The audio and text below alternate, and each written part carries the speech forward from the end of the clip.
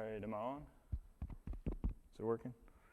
Good afternoon. I just want to start by saying thank you to Eli and Mr. Kaiser for allowing me to do this, do an area-wide Devo. This is a first for me, so this is a lot actually to take in. I've never done something like this before, but I thought it was a good opportunity to take. Like he said, I'm the Bible teacher at JCA, and it doesn't seem like it's been 4 years, but I've been there for 4 years now.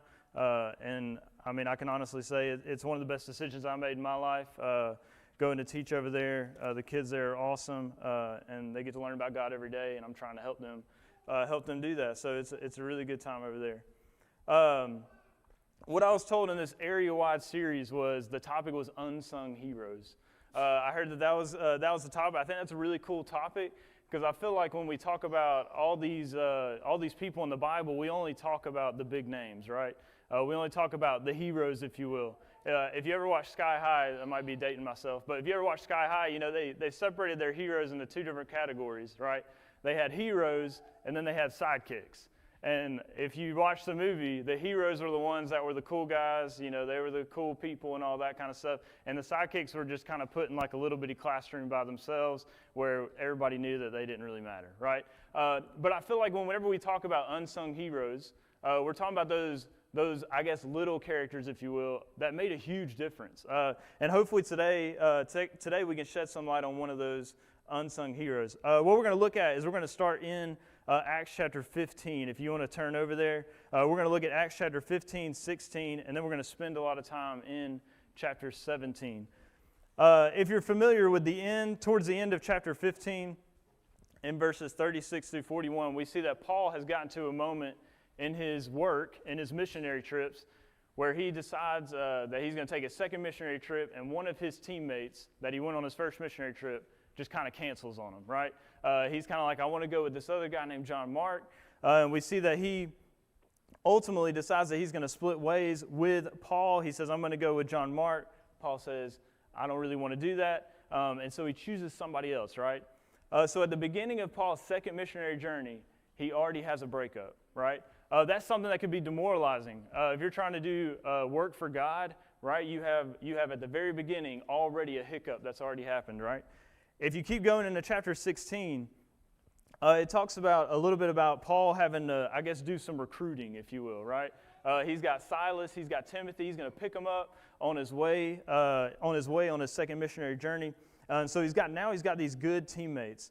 You see in verses 11 through 15 of chapter 16, you see he ends up converting a lady by the name of Lydia, right? She just happened to be in a little small group on the beach somewhere, and he was like, oh, what a great opportunity. And he ended up converting Lydia. This is where it kind of gets a little rocky, though, is in verses 16 through about 40, the rest of the chapter, right? We all know the story about the Philippian jailer. That's what happens in those verses. What happens is Paul, he ends up getting greatly annoyed by this lady that's fortune telling. He releases the demon out of her, releases a spirit out of her, just because he was annoyed by what she was doing. Obviously, this girl was making money for somebody else, and so people are going to get mad. When you mess with somebody's money, bad things are going to happen to you, right? And so that's what happened to Paul. If you keep reading, it gets pretty brutal. They drag him out into the streets, right? They drag him out into the streets. They beat him with metal rods. They eventually put Paul and Silas in prison, right? Does this second missionary journey seem like it's an awesome trip right now? It probably doesn't, right? I don't think any of us would be like, oh, let's sign up for that, right? Let's get dragged down to the streets, let's get beaten with rods, and let's get thrown in prison, all right? That doesn't sound like a good time, right?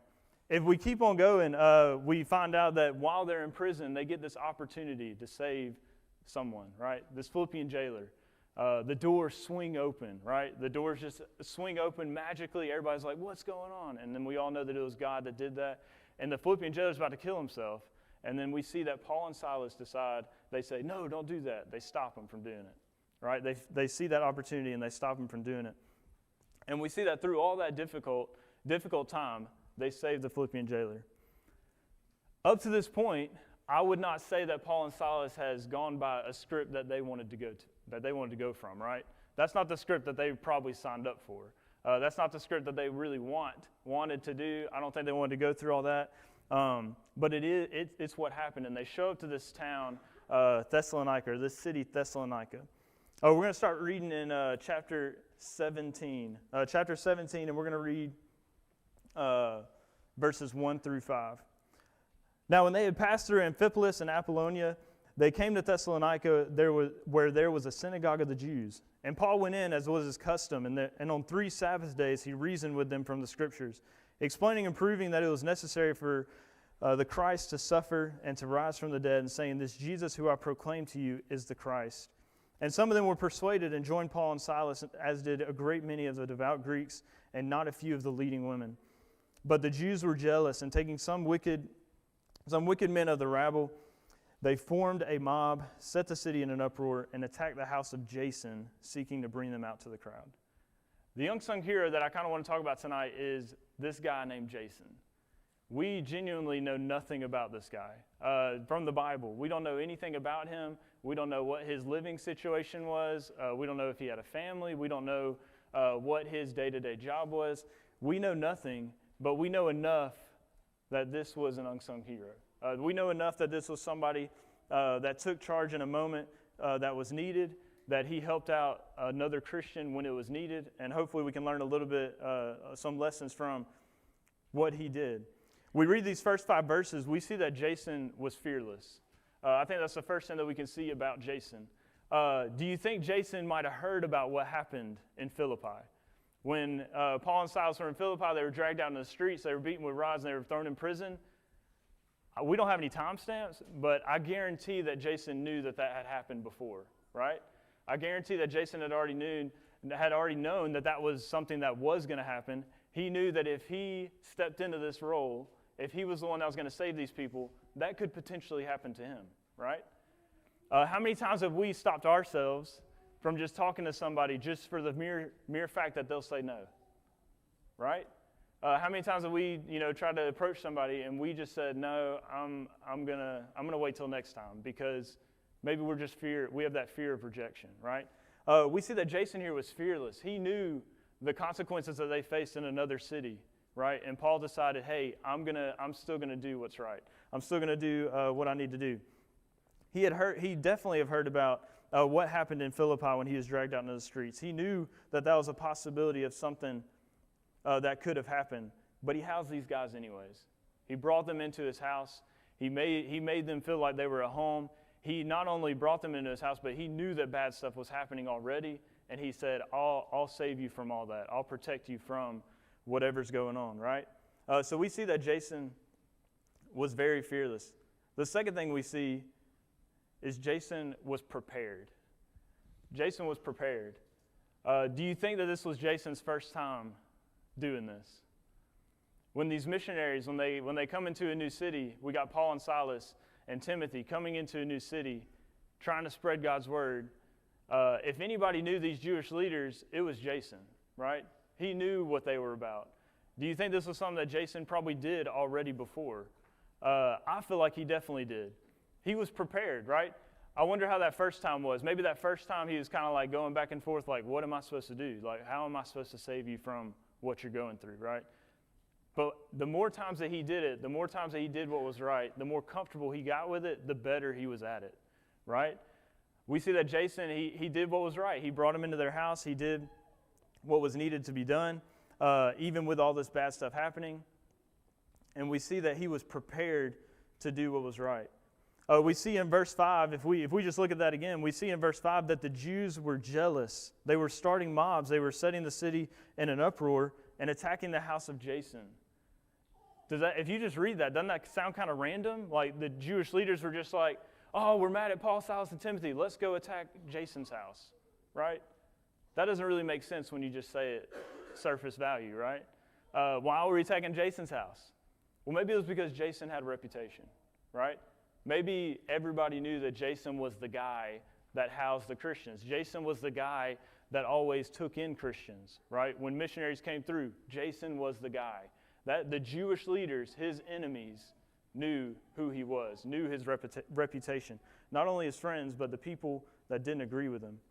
This is probably something that Jason did very regularly, but we see that he was always prepared whenever that opportunity came up.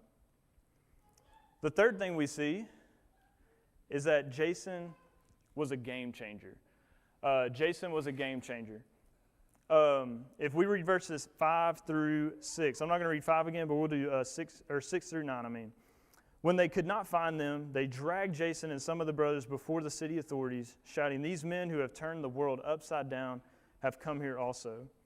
And Jason has received them, and they are all acting against the decrees of Caesar, saying that there is another king, Jesus." And the people in the city authorities were disturbed when they heard these things, and when they had taken money as security from Jason and the rest, they let them go. We see that Jason, after he housed them in, we just talked about how he was fearless. He probably had an inkling of what might happen to him if he would have housed them in, knowing that what had happened in Philippi, right? He probably would have known what was going to happen to him if the wrong people showed up on his front porch and Paul, Silas, and Timothy were in his house. He knew the risk, right? We saw that he was prepared to take that risk. He was prepared to house those people. But I don't think we give Jason enough credit in that was a game-changing moment. What would have happened to Paul, Silas, and Timothy? What would happen to all of them if those Jewish leaders got a hold of them, right? What would have happened? Would that have cut Paul's missionary journey short? I mean, you could throw a lot of what-ifs out there, but could that be something that have cut that missionary journey short? How many souls were led to Christ because of what Jason just did? He bought Paul, Timothy, and Silas. He bought them all time, right? He gave them more opportunities. He gave them more time to go out and spread God's word. He did something so small, but it was something that was game-changing. He was not the face of the missionary journey. That was Paul. We always hear about Paul. But Jason is the one that made it go forward, right? He's the one that ultimately saved him in that time of need that he needed to be saved. We even see at the very end of this, we see in verse 9, and when they had taken money as security from Jason and the rest, they let them go. Jason even went the extra mile. He not only housed them, he paid the security guard or whoever was there, he paid them whatever they needed in order for Paul, Timothy, and Silas to go. I think that's definitely game-changing. That's something that Jason has taken that extra mile. He's taken that extra mile to go and make sure that Paul finishes what he's been doing. He's finishing that missionary journey. He saw what needed to be done and helped these men for the name of Christ. When you think of all these unsung heroes that we've talked about, when you think about everybody that you've heard about, what is it that is consistent across all of them? When we talk about Jason, I know at Deerfoot we had Micaiah from Kyle Butt. He talked about Micaiah, which was one of the priests. What is it that's consistent across all these people that we've heard about? I think the word that comes to my mind, you can think of many words, but the word that comes to my mind is opportunity. I think it's all about opportunity. And when we think about that word, sometimes that scares us, right? Sometimes that's encouraging, but sometimes it scares us because sometimes there's an opportunity to do right and it's comfortable. It's something that we can always want to do. It's something that's it's just us, right? We just want to do it. But then there's also sometimes where there's an opportunity that's just not something that we should take, right? Maybe it's a bad opportunity. It's not always an opportunity can be a good one or a bad one. And the word that comes to mind when I think about all these unsung heroes is that they took an opportunity that presented itself. Whenever I think of that word opportunity, I think of these verses. Turn over to 2 Corinthians chapter 5, verse 10.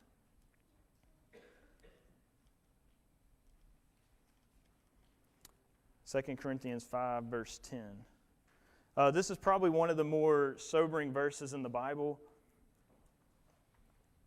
But I think it's something that we all really need to think about when we read it, and we really need to take it seriously. 2 Corinthians 5, verse 10. For we must all appear before the judgment seat of Christ, so that each one may receive what is due for what he has done in the body, whether good or evil. What opportunities are we taking, right? Jason saw a need. If Jason would not have taken this opportunity to save Paul, Silas, and Timothy, what would have happened to the rest of that missionary journey? Would there have been a third missionary journey, right? What would have happened in that moment if he didn't take that opportunity? I'm sure he was scared, just like all of us. We're scared to talk to our friends. We're scared. Even when you get older, it doesn't get easier. It's probably easier when you're younger, to be honest. But You want to talk to your friends. You want to talk to your friends about Christ. You want to form those relationships to grow those bonds with people. But the thing is, you have to take that opportunity to be able to do that, right? When an opportunity presents itself, you have to take that opportunity. If we just keep pushing it to the side over and over again, that's going to be something that is going to be remembered, right? We're all going to face Jesus on that last day, and we're going to have to present our resume, if you will, what we've done good and what we haven't done, right? It goes both ways. It's not just about what we did, but also about what we haven't done. What opportunities do we push to the side? James 5:19 and 20. James 5:19 and 20. It says, "My brothers, if anyone among you wanders from the truth and someone brings him back, let him know that whoever brings back a sinner from his wandering will save his soul from death and will cover a multitude of sins." Those opportunities that we take, those are opportunities for saving souls, right? Those relationships that we make with people, those are opportunities to save souls.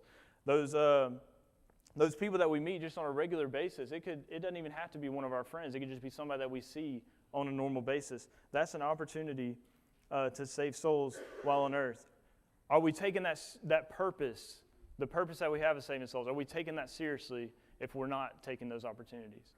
We read right here in James 5:19 and 20 that saving someone is the ultimate goal, right? It's something that covers a multitude of sins. It's something that trumps everything.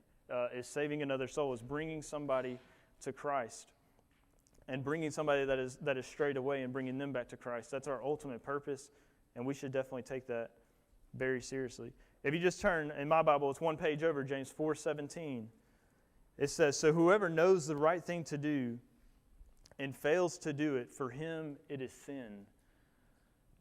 Let me read that again. "So whoever knows the right thing to do and fails to do it, for him it is sin." Are we making the right choices? That's genuinely what that verse is asking us. Are we making the right choices? Are we taking opportunities to do the right things? And ultimately, do we have a reputation like Jason? If we go back all the way to Jason and his reputation, people, or the Jewish leaders said, "Oh, Christians are around, let's go to Jason's house." Oh, Christians came in and spoke the word, we're going to Jason's house. He's the first. That's the first house we're going to check, right? Is that our reputation? When somebody has a question about the Bible, when somebody has a question about Jesus, are they thinking, like when we're at school, when we're at work, are they thinking, "Oh, they know their Bible. Let's go ask them," right? If we're just in a weird situation, right? Maybe somebody's getting made fun of, maybe somebody is being talked down to. Maybe a conversation just went a little bit too far. Are we stepping in, right? Are we the person that they know that I'm going to step in, right? That I'm going to step in, I'm going to stop what's going on. Am I going to have the fearlessness, I guess you could say, of Jason, to step in and try to fix what's going on? Do we have the reputation that Jason has? I think that's a big thing that we need to think about. With this series of Unsung Heroes, from the things that we just talked about, I think this gives us a big opportunity of self-reflection and really think about what we're doing ourselves. When I think of self-reflection, the parable that I think of is the parable of the talents. Hopefully you're familiar with it, but it's in Matthew chapter 25, the parable of the talents. And I really want to focus on one of the verses that maybe we skip over sometimes, but there's one verse in there that's really important when it comes to the parable of the talents. Matthew 25, starting in verse 14. All right, I'm going to read 14 and 15. "For it will be like a man going on a journey who called his servants and entrusted to them his property. To one he gave 5 talents, to another 2, to another 1."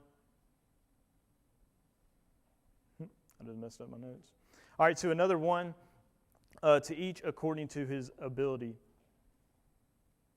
Whenever you see that phrase in verse 15, it says, "to each according to his ability." Do you think we're ever going to be in a situation, or do you think God is ever going to put you in a situation where you can't handle the opportunity? Do you think there's ever going to be a moment where the opportunity is just too big for you, right? Maybe you don't feel qualified. Maybe you don't feel like you're ready for that moment. Maybe you're not fearless. Maybe you're not prepared, if we want to go with the points that we made about Jason. But do you ever get to a point where you think that you have to do more than you actually have to do? Does that make sense? It says that in this parable, he gave 5 talents to one, 2 talents to another, and 1 to another, right? Those are 3 different responsibilities. Somebody got 5 talents, which seems like a little bit more responsibility than the one that had 2 and the one that had 1. I think all that God is asking us to do is, in our own specific situation, everybody's is different. Everybody's situation is different.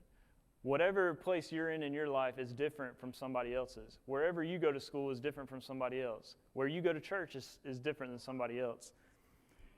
And in this parable, Jesus is trying to tell us that everybody has a different situation, but what are you going to do with that situation? What are you going to do with that opportunity that you have in your situation?